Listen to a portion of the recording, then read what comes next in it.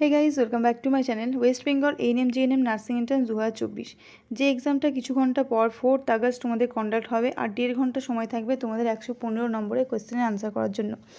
তো এই এক্সামের প্রিপারেশনের জন্যই আজকে আমরা এই ভিডিওতে লাইফ সায়েন্স থেকে কিছু ইম্পর্টেন্ট কোয়েশ্চেন ডিসকাস করব।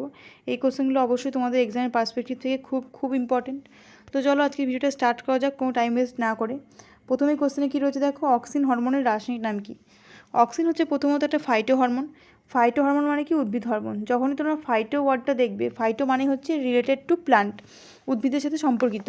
তো অক্সিন হরমোনের যে রাসায়নিক নাম সেটা হচ্ছে ইন্ডোল অ্যাসিটিক অ্যাসিড, IAA। ঠিক আছে, ইন্ডোল অ্যাসিটিক অ্যাসিড কোথায় কোথায় পাওয়া যায়? কাণ্ডমূলের অগ্রভাগে, ভ্রূণমুকুল আবরণীতে, বর্ধনশীল পাতার কোষে অক্সিন হরমোন পাওয়া যায়। অক্সিন হরমোনের যে মেন ফাংশন সেগুলো কি? প্রথমত হচ্ছে অগ্রস্থ প্রকর্তা, মানে অগ্রমুকুলে বৃদ্ধি ঘটায়, গাছের দৈর্ঘ্য বৃদ্ধি ঘটায়, কিন্তু গাছের শাখা প্রশাখা সৃষ্টিতে বাধা দেয়। নেক্সট 2 নম্বর হচ্ছে মূলের বৃদ্ধি ঘটাতে সাহায্য করে। 3 হচ্ছে ফলের বৃদ্ধি ঘটায় এবং পার্থেনোকর্পীর জন্য দায়ী। 4 হচ্ছে ট্রপিক চলন নিয়ন্ত্রণ করে। এগুলো হচ্ছে অক্সিন হরমোনের মেন কিছু ফাংশন। ঠিক আছে, নেক্সট কোশ্চেনে কী আছে দেখো, কোন উদ্ভিদ হরমোন নাইট্রোজেন যুক্ত ও আম্লিক প্রকৃতির? নাইট্রোজেন যুক্তও হবে প্লাস আম্লিক প্রকৃতিরও হবে। তো সেটা কোন উদ্ভিদ হরমোন? সেটা হচ্ছে অক্সিন হরমোন। অক্সিন বা ইন্ডোল অ্যাসিটিক অ্যাসিড তোমরা যা বলবে। ঠিক আছে, অক্সিন। অক্সিনের যে রাসায়নিক সংকেত সেটা কি? সেটা হচ্ছে C10H9O2 N। এটা হচ্ছে অক্সিজেন রাসায়নিক সংকেত। তাহলে এখানে N মানে কি? নাইট্রোজেন প্রেজেন্ট রয়েছে। তাছাড়া আর কোন মলিকিউলস প্রেজেন্ট রয়েছে? Carbon, hydrogen, oxygen. ঠিক আছে, এগুলো অক্সিজেনের প্রেজেন্ট রয়েছে। পরবর্তী কোশ্চেন কী আছে দেখো, 3 নম্বর কোশ্চেন, কোনটি নাইট্রোজেনবিহীন উদ্ভিদ হরমোন? তোমরা যে উদ্ভিদ হরমোন এই এখন পড়েছো ক্লাস 10-এ, যেগুলো পড়েছো সেগুলো কী পড়েছো? 1 হচ্ছে অক্সিন পড়েছো, 2 জিবরেলিন পড়েছো, 3 হচ্ছে সাইটোকাইন পড়েছো। এছাড়াও আরও কিছু আমরা জেনারেলি পড়ে থাকি। 4 হচ্ছে অ্যাবসাইসিক অ্যাসিড, ইথিলিন পড়ে থাকি আমরা। এই কটা আমরা জেনারেলি পড়ে থাকি। তো এখানে কী চেয়েছে? নাইট্রোজেনবিহীন উদ্ভিদ হরমোন। নাইট্রোজেনবিহীন কোনগুলো? জিববেরেলিন অ্যাসিড, জিববেরেলিক অ্যাসিড বা জিববেরেলিন, GAও বলা হয় এটাকে। যার মেন কাজ কি? যার মেন কাজ হচ্ছে বীজ ও মুকুলের সুপ্ত অবস্থা ভঙ্গ করা এবং বীজের অঙ্কুরোদ্গম ঘটানো। এটা হচ্ছে জিববেরেলিনের মেন ফাংশন। এবং তাছাড়া কি? তাছাড়া আরেকটা ইম্পর্টেন্ট ফাংশন রয়েছে জিববেরেলিনের, সেটা হচ্ছে কি? পর্বমধ্যে দৈর্ঘ্য বৃদ্ধি। পর্বমধ্যের দৈর্ঘ্য বৃদ্ধি, জিববেরেলিনের এই ফাংশনটা কিন্তু খুবই ইম্পর্টেন্ট ফাংশন। তো দুটো ফাংশন দেখলাম আমরা, একটা হচ্ছে কি? বীজের অঙ্কুরোদ্গম ঘটানো, আর একটা হচ্ছে পর্বমধ্যে দৈর্ঘ্য বৃদ্ধি। নেক্সট কোশ্চেন দেখবো আমরা 4 নম্বর কোশ্চেন কী রয়েছে দেখো, আগাছানাশক হিসেবে কোন কৃত্রিম উদ্ভিদ হরমোন ব্যবহৃত হয়? কৃত্রিম হরমোন কাকে বলি আমরা? যে হরমোনগুলো ল্যাবরেটরিতে সংশ্লেষ করা হয়। কোথায় সংশ্লেষ করা হয়?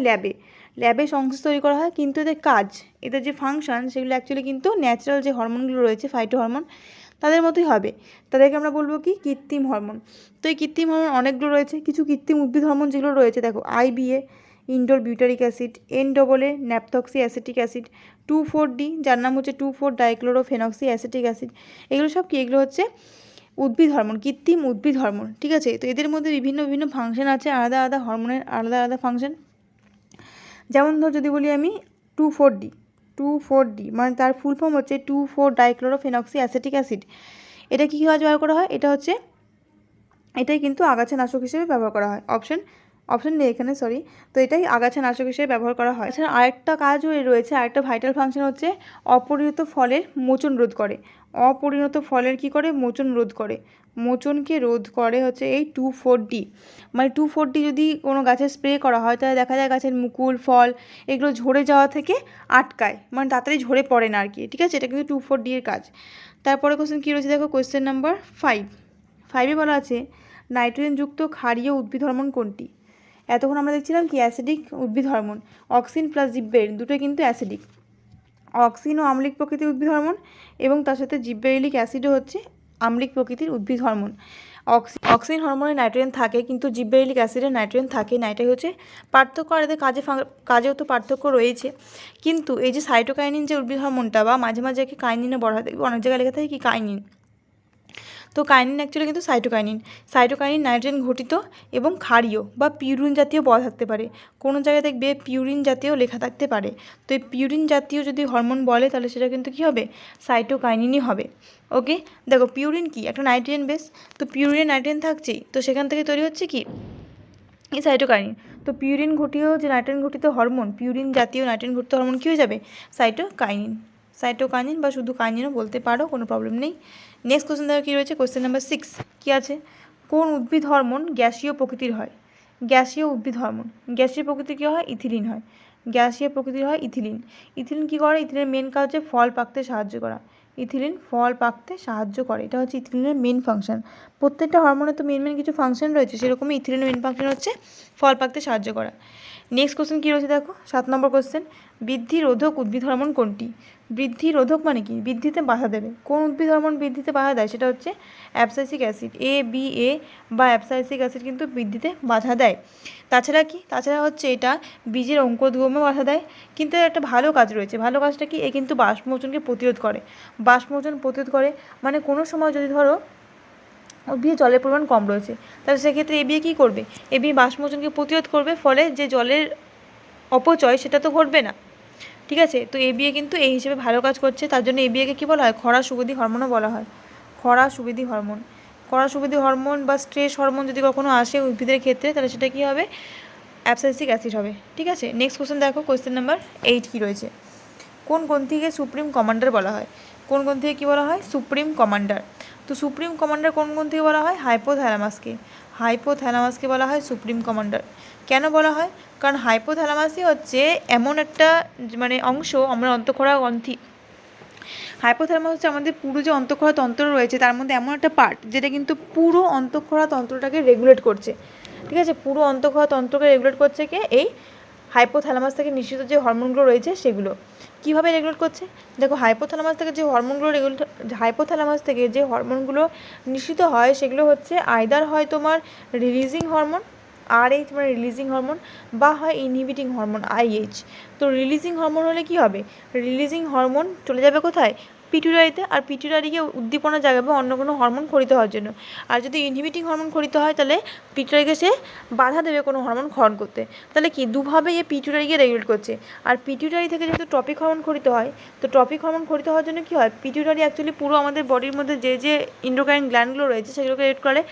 যেমন থাইরয়েড হোক বা গোনাডস হোক, মানে জনগ্রন্থি হোক, সবাইকে রেগুলেট করছে কে? এই পিটুইটারি।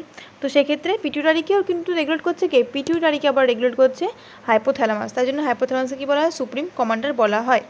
নেক্সট কোশ্চেন কী রয়েছে দেখো, নালিকাযুক্ত গ্রন্থিকে কী বলে? নালিকাযুক্ত গ্রন্থিকে কী বলে? নালিকাযুক্ত গ্রন্থিকে বলা হয় কি? বহিঃক্ষরা গ্রন্থি বা এক্সোক্রাইন গ্ল্যান্ড। এখানে বহিঃক্ষরা গ্রন্থিতে কী রয়েছে? নালিকা উপস্থিত থাকে।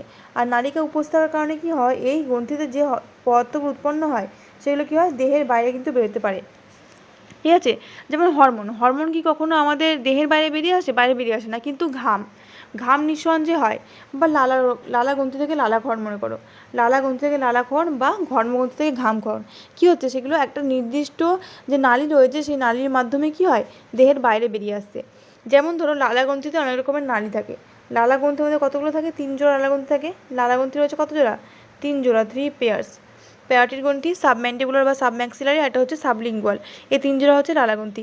তো এই লালাগ্রন্থিগুলোর মধ্যে নির্দিষ্ট নালী থাকে। কী কী নালী থাকতে পারে? রিভিনাস নালী থাকে, রিভিনাস, স্টেনসেন আর হচ্ছে ওয়াটন ডাক্ট। এই ডাক্টগুলোর মাধ্যমে কী হয়? এই ডাক্টগুলোর মাধ্যমেই কিন্তু লালাগ্রন্থির যে লালাটা সেটা লালাগ্রন্থি থেকে বাইরে বেরিয়ে আসতে পারে, আমাদের মুখবিবরে আসে। তো এই যে নালিকাযুক্ত গ্রন্থি সেটা কী হয়? নালিকাযুক্ত গ্রন্থিকে আমরা কী বলবো? বহিঃক্ষরা গ্রন্থি। যেহেতু এদের ক্ষরণটা যে উৎসেচক ক্ষরিত হচ্ছে, বহিঃক্ষরা গ্রন্থিতে কী ক্ষরিত হয়? উৎসেচক। সেই উৎসেচকগুলো কী হয়? গ্রন্থির বাইরে আসতে পারে। ঠিক আছে, কেন আসতে পারে? কারণ নালিকা রয়েছে বলেই আসতে পারে। বোঝা গেছে? নেক্সট কোশ্চেন দেখো কী রয়েছে, কোশ্চেন নাম্বার 10 কী রয়েছে? রিলিজিং হরমোন কোথা থেকে ক্ষরিত হয়? রিলিজিং হরমোন কোথা থেকে ক্ষরিত হয়? হাইপোথ্যালামাস থেকে। এখনই তোমাদের আমরা রিলিজিং হরমোন আর ইনহিবিটিং হরমোন সম্পর্কে বললাম। কিছু রিলিজিং হরমোনের যদি আমি নাম বলি, যেমন ধরো ARH, অ্যাড্রিনোকর্টিকোট্রপিক রিলিজিং হরমোন। ঠিক আছে, এটা হচ্ছে একটা রিলিজিং হরমোন ক্ষরিত হচ্ছে কোথা থেকে? হাইপোথ্যালামাস থেকে, এবং কাজ করছে কোথায় গিয়ে? অগ্রপিটুইটারির ওপর গিয়ে, এবং অগ্রপিটুইটারিকে ACTH হরমোন ক্ষরণে উদ্দীপিত করছে, অ্যাড্রিনোকর্টিকোট্রপিক হরমোন ক্ষরণে। এই ACTH যে হরমোনটা সেটা আবার চলে যাবে কোথায়? অ্যাড্রিনাল মেডুলাতে, রক্তের মাধ্যমে চলে যাবে অ্যাড্রিনাল মেডুলায়, এবং অ্যাড্রিনাল মেডুলাতে যে সমস্ত হরমোন ক্ষরিত হয় সেই হরমোনগুলো ক্ষরিত হতে সাহায্য করবে। তো এটা ছিল একটা, যেমন রিলিজিং হরমোন কীভাবে ফাংশন করে সেটা তোমাদের বলে দিলাম এখানে। এভাবে ইনহিবিটিং হরমোনও হতে পারে, ইনহিবিটিং হরমোন বাধা দেবে, আর রিলিজিং হরমোন কী করবে? সেটাতে সাহায্য করবে। দেখো কোশ্চেন নাম্বার 11-এ কী রয়েছে? 11 নম্বর কোশ্চেন রয়েছে, ট্রপিক হরমোন কোন গ্রন্থি থেকে ক্ষরিত হয়? ট্রপিক হরমোন, রিলিজিং হরমোন আর ইনহিবিটিং হরমোন আমরা পড়লাম কি হাইপোথ্যালামাস। এবার ট্রপিক হরমোন কোথা থেকে ক্ষরিত হয়? ট্রপিক হরমোন ক্ষরিত হয় অগ্র পিটুইটারি থেকে। ট্রপিক হরমোন কোথা থেকে ক্ষরিত হবে? অগ্র পিটুইটারি থেকে। ঠিক আছে, অগ্র পিটুইটারি থেকে কিন্তু ট্রপিক হরমোন ক্ষরিত হয়। কোনগুলো ট্রপিক হরমোন? যেমন ধরো এসটিএইচ বা somatotropic hormone, GTH gonadotropic hormone, এগুলো সব হচ্ছে কি ট্রপিক হরমোনের উদাহরণ। তো ট্রপিক হরমোন মানে কি? ট্রপিক হরমোন মানে একটা গ্রন্থি থেকে ক্ষরিত হচ্ছে, আবার সেখান থেকে গিয়ে রক্তে মিশে সেটা অন্য কোনো গ্রন্থিকে হরমোন ক্ষরণে উদ্দীপিত করছে, সেটাই হচ্ছে ট্রপিক হরমোনের কাজ। ঠিক আছে, এরকম অনেক ট্রপিক হরমোন রয়েছে। একটা এক্সাম্পল দিই, যেমন আমি বলি, মনে করো ট্রপিক হরমোনকে আবার স্টিমুলেটিং হরমোনও বলা যেতে পারে। ঠিক আছে, স্টিমুলেট করছে যেহেতু অন্য কোনো গ্রন্থিকে হরমোন ক্ষরণে উদ্দীপিত করছে, তাই আমরা বলতে পারি স্টিমুলেটিং হরমোন। যেমন ধরো খুব ভালো এক্সাম্পল হিসেবে থাইরয়েড গ্রন্থির যে এক্সাম্পলটা আমি দিতে পারি, যেমন ধরো টিএসএইচ থাইরয়েড স্টিমুলেটিং হরমোন, এটা ক্ষরিত হচ্ছে কোথা থেকে? অগ্র পিটুইটারি থেকে। অগ্র পিটুইটারি থেকে ক্ষরিত হচ্ছে, তারপর সেটা চলে যাচ্ছে কোথায়? সোজা থাইরয়েড গ্রন্থিতে, এবং থাইরয়েড গ্রন্থিকে সেটা থাইরক্সিন হরমোন ক্ষরণে উদ্দীপিত করছে। তাহলে এটাও কিন্তু একটা ট্রপিক হরমোনের এক্সাম্পল বোঝানো হলো, তাই না? টিএসএইচ থাইরয়েড স্টিমুলেটিং হরমোন ক্ষরিত হচ্ছে অগ্র পিটুইটারি থেকে, এবং থাইরয়েড গ্রন্থিকে থাইরক্সিন হরমোন ক্ষরণে উদ্দীপিত করছে। নেক্সট দেখো কী রয়েছে, পশ্চাৎ পিটুইটারি নিঃসৃত হরমোন কোনটি? এই পশ্চাৎ পিটুইটারি হরমোনগুলো কিন্তু বেশি ইম্পর্টেন্ট, মানে এক্সামের পার্সপেক্টিভ থেকে পশ্চাৎ পিটুইটারি থেকে কী কী হরমোন ক্ষরিত হয় সেটা কিন্তু আমার মনে হয় বেশি ইম্পর্টেন্ট। তো পশ্চাৎ পিটুইটারি থেকে কী কী ক্ষরিত হয়? সেটা হচ্ছে এডিএইচ, যেটাকে আমরা ভেসোপ্রেসিনও বলে থাকি, আর কি করতে হয়? অক্সিটোসিন, ভেসোপ্রেসিন আর অক্সিটোসিন। এডিএইচ তোমরা সবাই জানো অ্যান্টিডায়োটিক হরমোন, যার অভাবে কিন্তু বহুমূত্র রোগ হয়। এডিএইচের অভাবে কী রোগ হতে পারে? বহুমূত্র, মানে ঘন ঘন মূত্রত্যাগ হতে পারে। কিন্তু এই যে এডিএইচের অভাবে বহুমূত্র রোগ আছে, এখানে কিন্তু এই মূত্রে কোনো প্রকারের যে সুগার থাকবে সেটা কিন্তু নয়, এটাকে বলা হয় কি? ডায়াবেটিস ইনসিপিডাস, এটাকে বলা হয় ডায়াবেটিস ইনসিপিডাস। এডিএইচের প্রভাবে যে বহুমূত্র রোগটা হচ্ছে সেটাকে বলবো ডায়াবেটিস ইনসিপিডাস। ডায়াবেটিস মেলিটাস যেটা হয় সেটা কেন হয়? ইনসুলিনের অভাবে হয়। আর অক্সিটোসিনের কাজ কি? অক্সিটোসিন হচ্ছে প্রসবের সময় জরায়ুর সংকোচনকে বৃদ্ধি করে। নেক্সট রয়েছে কি দেখো, ক্যালোরিজেনিক হরমোন কাকে বলে? ক্যালোরিজেনিক হরমোন কাকে বলা হয়? ক্যালোরিজেনিক হরমোন বলা হয় থাইরক্সিনকে। থাইরক্সিন যে হরমোনটা রয়েছে সেটাকে বলা হয় ক্যালোরিজেনিক হরমোন, থাইরক্সিন। কেন বলা হয়? কারণ থাইরক্সিন দেহে তাপ উৎপাদনে সাহায্য করে, আর তাপ মানে তো বুঝতে পারছো ক্যালোরি। তা যেহেতু থাইরক্সিন আমাদের দেহে তাপ উৎপাদনে সাহায্য করছে, তার জন্য থাইরক্সিন কী বলবো আমরা? ক্যালোরিজেনিক হরমোন বলবো। আর থাইরক্সিনের অভাবে কী রোগ হয়? থাইরক্সিনের অভাবে শিশুদের কী হয়? কেটিনিজম। থাইরক্সিনের অভাবে শিশুদের কেটিনিজম, ও প্রাপ্তবয়স্কদের কী হয়? প্রাপ্তবয়স্কদের হয় মিক্সিডিমা। এটা হচ্ছে অভাবে। ঠিক আছে, শিশুদের কেটিনিজম হবে আর প্রাপ্তবয়স্কদের মিক্সিডিমা হবে। আর যদি বেশি হয় থাইরক্সিনের পরিমাণ, তাহলে সেক্ষেত্রে কী হয়? গয়টার রোগ হয়। ঠিক আছে, গলগণ্ড বা গয়টার। নেক্সট দেখো কী রয়েছে, অ্যান্টি ডায়াবেটিক হরমোন কাকে বলে? অ্যান্টি ডায়াবেটিক কাকে বলবো? অ্যান্টি ডায়াবেটিক হরমোন ইনসুলিনকে বলবো। ইনসুলিনকে বলা হয় অ্যান্টি ডায়াবেটিক হরমোন। কেন বলা হয়? কারণ ইনসুলিন কী করে? ইনসুলিন আমাদের রক্তে শর্করার পরিমাণ কমায়। কীভাবে কমায়? ইনসুলিন কোষ পর্দার ভেদ্যতা বৃদ্ধি করে কোষের মধ্যে গ্লুকোজ প্রবেশ বাড়িয়ে দেয়। কোষ পর্দার ভেদ্যতা বৃদ্ধি করে এবং কোষের মধ্যে গ্লুকোজ প্রবেশ কী করে? বাড়িয়ে দেয়। এইভাবে কোষ পর্দার ভেদ্যতা বৃদ্ধি করলো। ঠিক আছে, গ্লুকোজ ট্রান্সপোর্টারকে ইনস্টার্ট করে, এখানে গ্লুকোজ ট্রান্সপোর্টারকে ইনসার্ট করলো, এবং তারপরে কী হলো? বাইরে যে গ্লুকোজ মলিকিউলগুলো ছিল সেগুলো কোষের ভেতরে চলে গেল। বাইরে মনে করা ছিল মানে রক্তে ছিল, সেই রক্ত থেকে এবার প্রবেশ করে গেল কোথায়? সেলের মধ্যে বা কোষের মধ্যে। তাই রক্তের মধ্যে যে ব্লাড সুগারের পরিমাণ সেটা কমে গেল। সেই জন্য কী বলছি আমরা? ইনসুলিনকে বলছি অ্যান্টি ডায়াবেটিক হরমোন, যেহেতু এটা ডায়াবেটিসকে প্রিভেন্ট করছে তার জন্য। তাছাড়াও আর কী করে ইনসুলিন? ইনসুলিন গ্লাইকোজেন ভাঙতে বাধা দেয়। গ্লাইকোজেনকে ভেঙে গ্লুকোজ তৈরির যে প্রক্রিয়া, যেটাকে কী বলা হয়? যেটাকে বলা হয় গ্লাইকোজেনোলাইসিস, যেটাকে বলা হয় গ্লাইকোজেনোলাইসিস। গ্লাইকোজেনোলাইসিসের ক্ষেত্রে কিন্তু ইনসুলিন বাধা দেয়। আর গ্লাইকোজেনেসিস যে প্রক্রিয়া, গ্লাইকোজেনেসিস মানে কি? গ্লুকোজ থেকে গ্লাইকোজেন তৈরি হওয়া। গ্লাইকোজেনেসিস মানে গ্লুকোজ থেকে গ্লাইকোজেন তৈরি হওয়া। এই কাজে কী করে? ইনসুলিন হেল্প করে। গ্লাইকোজেনেসিস প্রক্রিয়ায় গ্লুকোজ থেকে গ্লাইকোজেন সংশ্লেষ বৃদ্ধি করে, আর গ্লাইকোজেন থেকে গ্লুকোজ তৈরি যে প্রক্রিয়া, যেটা গ্লাইকোজেনোলাইসিস, সেটা বন্ধ রাখে। ফলে রক্তে শর্করার পরিমাণ কী হয়? হ্রাস পায়। নেক্সট কোশ্চেন দেখো কী রয়েছে, 15 নম্বর কোশ্চেন।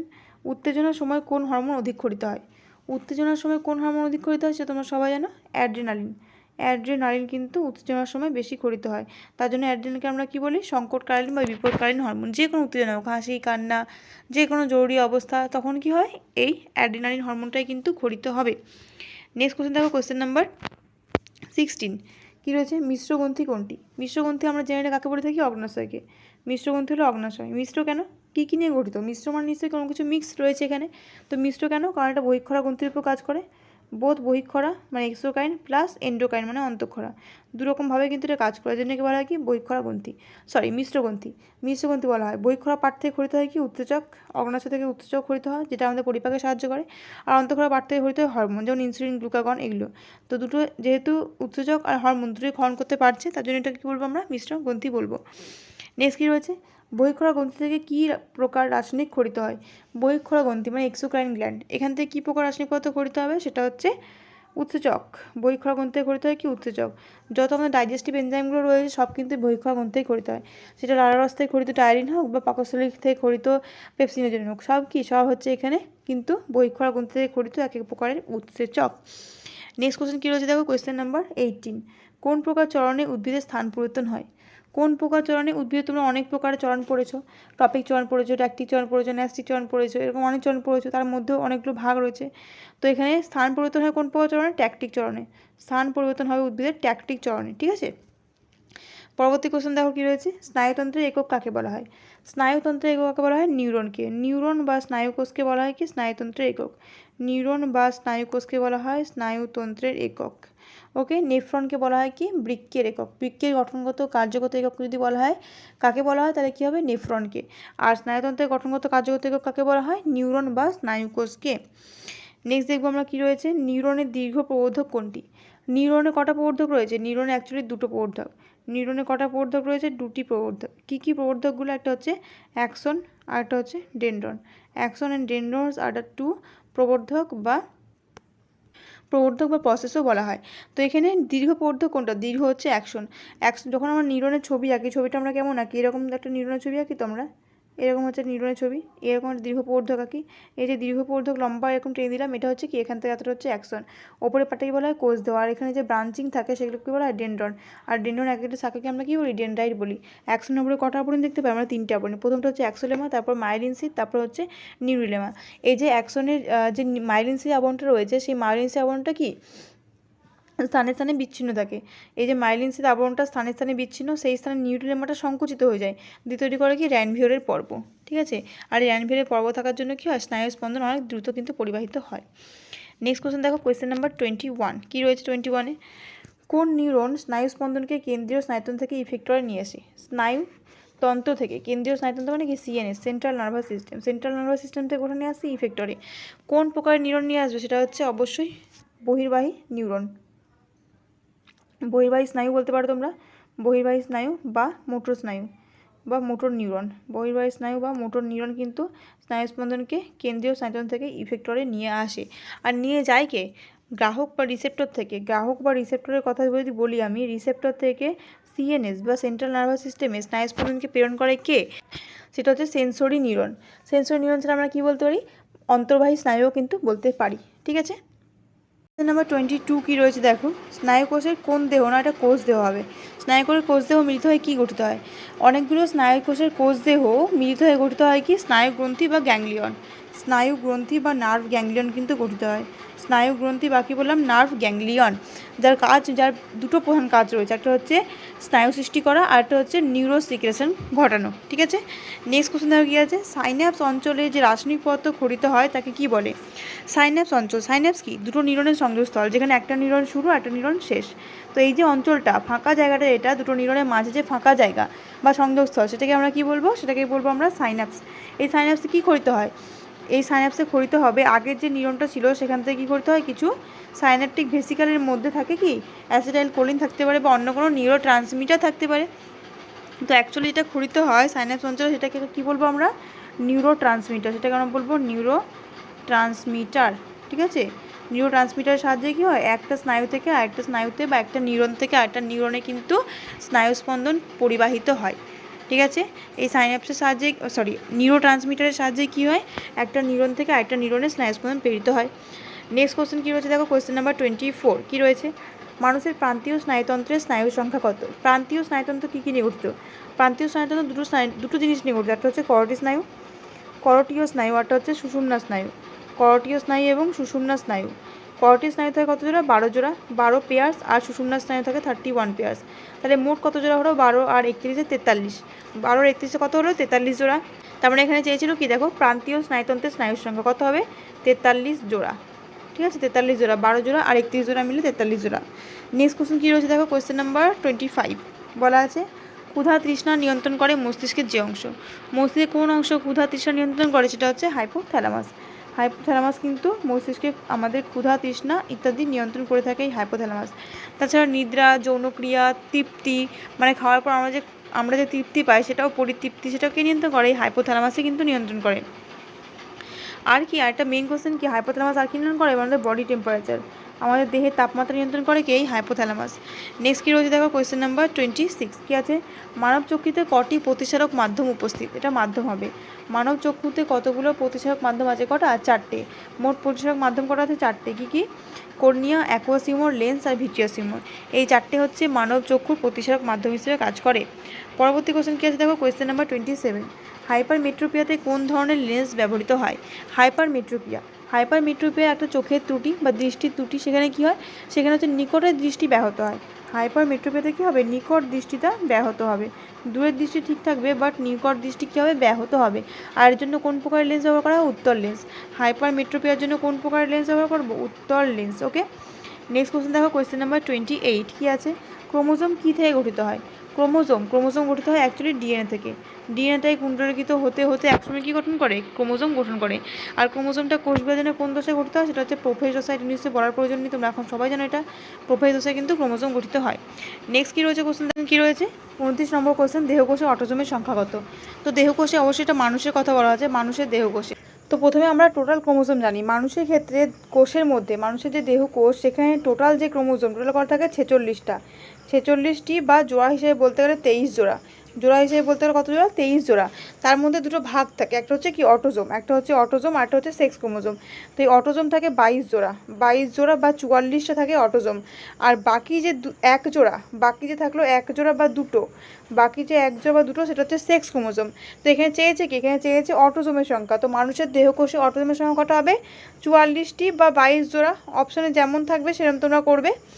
নেক্সট কী রয়েছে দেখো, কোয়েশ্চেন নাম্বার 30 ক্রোমোজোমের বাহুকে কী বলা হয়। ক্রোমোজোমের কটা বাহু থাকে, দুটো। ক্রোমোজোমের প্রত্যেকটা বাহুকে আমরা কী বলি, ক্রোমাটিড বলি। ক্রোমোজোমের প্রত্যেকটা বাহুকে বলা হয় ক্রোমাটিড, আর ক্রোমোজোমের যে শেষ প্রান্ত সেগুলো কী বলা হয়, টেলোমিয়ার। আর দুটো ক্রোমোজোম মানে দুটো ক্রোমাটিড অ্যাকচুয়ালি যে অঞ্চলে যুক্ত থাকে, একটা ক্রোমোজোমের দুটো ক্রোমাটিড যে অঞ্চলে যুক্ত থাকে সেটা কী বলা হয়, সেন্ট্রোমিয়ার। নেক্সট কোশ্চেন দেখো, কোয়েশ্চেন নাম্বার 30 হলো, তাহলে ক্রোমোজোমের বাহুকে বললাম ক্রোমাটিড। 31 নম্বর কোশ্চেন, সেন্ট্রোমিয়ার অঞ্চলে উপস্থিত প্রোটিন নির্মিত অংশকে কী বলা হয়। সেন্ট্রোমিয়ার অঞ্চল, সেন্ট্রোমিয়ার হচ্ছে প্রাথমিক খাঁজ বরাবর থাকে সেন্ট্রোমিয়ার, আর সেন্ট্রোমিয়ার অঞ্চলের প্রোটিন নির্মিত যে অংশ সেটাকে বলা হয় কাইনেটোকোর। সেন্ট্রোমিয়ার অঞ্চলে অবস্থিত প্রোটিন নির্মিত প্লেট সদৃশ যে অংশটা কী বলা হয়, কাইনেটোকোর বলা হয়। নেক্সট কোশ্চেন দেখো, কোয়েশ্চেন নাম্বার 32 কী রয়েছে, ডিএনএতে কোন অ্যাসিড থাকে। ডিএনএ বা ডিঅক্সিরাইবো নিউক্লিক অ্যাসিড, সেটাই আমরা নিউক্লিক অ্যাসিড বলছি, বাট এখানে কোন অ্যাসিড অ্যাকচুয়ালি প্রেজেন্ট রয়েছে, ফসফরিক অ্যাসিড। ডিএনএতে উপস্থিত অ্যাসিড হচ্ছে কোন অ্যাসিড, ফসফরিক অ্যাসিড। ঠিক আছে, পরবর্তী কোশ্চেন দেখো, আরএনএতে অ্যাডেনিন কার সাথে হাইড্রোজেন বন্ধন গঠন করে। আরএনএতে অ্যাডেনিন কার সাথে বন্ধন গঠন করবে, অ্যাডেনিন মানে এ, অ্যাডেনিনকে আমরা ইন্ডিকেট করি এ দিয়ে, এ ডবল বন্ড করবে আরএনএর ক্ষেত্রে ইউ এর সাথে, কারণ অ্যাডেনিন ইউ বা ইউরাসিলের সঙ্গে বন্ধন করবে, তাই তো। কারণ কি, কারণ এখানে থাইমিন তো থাকে না। ডিএনএর ক্ষেত্রে আমরা অ্যাডেনিনের সাথে থাইমিনের বন্ড দেখতে পাই, কিন্তু আরএনএর ক্ষেত্রে আমরা অ্যাডেনিনের সাথে ইউরাসিলের বন্ড দেখতে পাবো। আর সেটা কটা বন্ড, অবশ্যই কিন্তু দুটোতেই ডবল বন্ডই হবে, কিন্তু আরএনএতে হবে ইউরাসিল আর ডিএনএতে হবে থাইমিন, এটাই হচ্ছে ডিফারেন্স। নাম্বার 34 দেখো কি আছে, বলা আছে প্রত্যক্ষ কোষ বিভাজন কাকে বলে। কোষ বিভাজন আমরা কত পরে পেয়েছি, কোষ বিভাজন পেয়েছি আমরা অ্যামাইটোসিস, মাইটোসিস এবং মিওসিস, 3 প্রকার। তার মধ্যে প্রত্যক্ষ বা সরাসরি যে কোষ বিভাজনটা সেটা কোনটা, সেটা হচ্ছে অ্যামাইটোসিস, যেটা হচ্ছে নিম্ন শ্রেণীর জীবদেহে দেখা যায়। অ্যামাইটোসিস, ব্যাকটেরিয়া, ইস্ট এগুলোর ক্ষেত্রে কিন্তু অ্যামাইটোসিস কোষ বিভাজন দেখা যায়, এটাকে আমরা বলি প্রত্যক্ষ কোষ বিভাজন। এই প্রকার কোষ বিভাজনে কোনো প্রকার ক্রোমোজোম গঠিত হয় না, নিউক্লিয় পর্দা অবলুপ্তিও হয় না। যে কোষটা রয়েছে সেই কোষটা সরাসরি বিভাজিত হয়ে দুটো অপত্য কোষ তৈরি করবে। ঠিক আছে, নেক্সট কোশ্চেন দেখো কী রয়েছে, কোশ্চেন নাম্বার 35 বলা আছে কি 35-এ কোন প্রকার কোষ বিভাজনে মাতৃকোষ ও অপত্য কোষের ক্রোমোজোম সংখ্যা সমান হয়। অপত্য কোষ আর মাতৃকোষের ক্রোমোজোম সংখ্যা সমান হবে কোথায়, মাইটোসিসের ক্ষেত্রে। মাইটোসিসকে আমরা বলি কি সমবিভাজন। কারণ কী হয়, মাইটোসিসের ক্ষেত্রে যে দেহ মাতৃকোষটা রয়েছে সেখান থেকে সম আকৃতি, সমগুণ এবং সমসংখ্যক ক্রোমোজোম বিশিষ্ট দুটো অপত্য কোষ সৃষ্টি হয়, যার জন্য মাইটোসিসকে আমরা বলি কি সদৃশ্য বিভাজন। তাহলে এখানে আনসারটাও কী হবে, এখানে আনসার হবে কিন্তু মাইটোসিস। মাতৃকোষ ও অপত্য কোষের ক্রোমোজোম সংখ্যা সমান থাকবে মাইটোসিসের ক্ষেত্রে।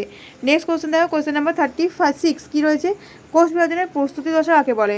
কোষ বিভাজনের প্রস্তুতি দশা আমরা কাকে বলি? ইন্টারফেজকে। Interphase is also called the preparatory phase of cell division. ঠিক আছে, ইন্টারফেজকে বলা হয় কোষ বিভাজনের যে প্রস্তুতি দশা। কারণ এখানে কি হয়, ইন্টারফেজে আমরা অনেক রকমের দশা দেখতে পাই, G1, S, G2, G0, অনেক রকমের দশা রয়েছে এখানে। এই দশাগুলো কি হয়, একটা কোষ বিভাজিত হওয়ার জন্য যা যা জিনিস প্রয়োজন সেগুলো সব সংশ্লেষিত হয় এই কিন্তু ইন্টারফেজে। তারপরে সেলটা ডিভিশন ফেজ মানে এম ফেজে প্রবেশ করে। এম ফেজ মানে হচ্ছে ডিভিশন ফেজ। দেখবে যখন তোমরা কোষ চক্র এটা পড়ছো, কোষ চক্রের দুটো দশা তোমরা দেখবে, একটা হচ্ছে কি ইন্টারফেজ আর একটা হচ্ছে কি মাইটোটিক ফেজ বা এম ফেজ। ইন্টারফেজে দেখবে G1, S, G2 রয়েছে, আর এম ফেজে PMAT মানে প্রোফেজ, মেটাফেজ, অ্যানাফেজ, টেলোফেজ রয়েছে। কারণ কি, কারণ এম ফেজ মানে হচ্ছে কোষটা বিভাজিত হবে, সেটা মাইটোসিস প্রক্রিয়াতেও হতে পারে বা মিওসিস প্রক্রিয়াতেও হতে পারে। কিন্তু ইন্টারফেজে অলওয়েজ কী হবে, প্রিপারেশন চলবে। একটা কোষ বিভাজনের জন্য যা যা প্রয়োজন, প্রোটিন হোক বা ডিএনএ ডুপ্লিকেশন হোক, ডিএনএ দ্বিত্বকরণ কোথায় হয়, সেটা হচ্ছে এস দশায় হয়। এই সব যে প্রক্রিয়াটা, ঠিক আছে, কোথায় হবে, এটা ইন্টারফেজে হবে। তার পরবর্তী কোশ্চেন কী রয়েছে দেখো, মাইটোসিস কোষ বিভাজনের ক্ষণস্থায়ী দশা কোনটা? মাইটোসিসের যে সবথেকে ক্ষণস্থায়ী দশা সেটা হচ্ছে কি অ্যানাফেজ। অ্যানাফেজ হচ্ছে ক্ষণস্থায়ী দশা, দীর্ঘস্থায়ী বললে কী হতো, প্রোফেজ হতো। নেক্সট কোশ্চেন কী রয়েছে দেখো, মিওসিস ওয়ানের দীর্ঘতম দশা কোনটি? মিওসিস ওয়ানের যে দীর্ঘতম দশা সেটা হচ্ছে প্রোফেজ ওয়ান। মিওসিস ওয়ান আমি এই জন্যই মেনশন করেছি যেহেতু মিওসিসের ক্ষেত্রে মিওসিস ওয়ান আর মিওসিস টু দু রকমের হয়, তো সেক্ষেত্রে যে ডিভিশন ফেজটা রয়েছে সেখানে আলাদা আলাদা রকমের দশা রয়েছে। সেজন্য মিওসিস ওয়ানের যে দীর্ঘতম দশা সেটা হচ্ছে প্রোফেজ ওয়ান। আর প্রোফেজ ওয়ানের সাবফেজগুলো কী কী, leptotene, zygotene, pachytene, diplotene, diakinesis. যার মধ্যে মোস্ট ইম্পর্টেন্ট যদি বলি সেটা হচ্ছে প্যাকাইটিন। কারণ প্যাকাইটিনে কী হয়, ক্রসিং ওভার হয়, প্যাকাইটিনে ক্রসিং ওভার সম্পন্ন হয়, ঠিক আছে। আর ক্রসিং ওভার সবসময় নন সিস্টার ক্রোমাটিনের মধ্যে হবে, এটা মনে রাখবে। নেক্সট কোশ্চেন দেখো কী রয়েছে, কোশ্চেন নাম্বার 39, ভূনিম্নস্থ কাণ্ডের দ্বারা অঙ্গজন সম্পন্ন করে কোন উদ্ভিদ? ভূনিম্নস্থ কাণ্ড মানে মাটির তলার কাণ্ড, কোন উদ্ভিদ? সেটা হচ্ছে আদা, হলুদ, ওল, এগুলো হচ্ছে কি ভূনিম্নস্থ কাণ্ডের মাধ্যমে কিন্তু অঙ্গজন সম্পন্ন করে। পরবর্তী কোশ্চেন দেখো, কোশ্চেন নাম্বার 40 কী রয়েছে, কোন প্রকার অঙ্গজনে স্টক ও সিয়ন ব্যবহৃত হয়? স্টক আর সিয়ন ব্যবহৃত হয় কোন প্রকার অঙ্গজনে? সেটা হচ্ছে গ্রাফটিং বা জোরকরণে স্টক আর সিয়ন কিন্তু ব্যবহৃত হয়। প্রকার অঙ্গজনে স্টক ও সিয়ন ব্যবহৃত হয়। স্টক ও সিয়ন ব্যবহৃত কোথায়? গ্রাফটিং বা জোরকরণের ক্ষেত্রে কিন্তু স্টক ও সিয়ন ব্যবহৃত হয়। গ্রাফটিং বা জোরকরণ হচ্ছে একটা কৃত্রিম অঙ্গজ জনন।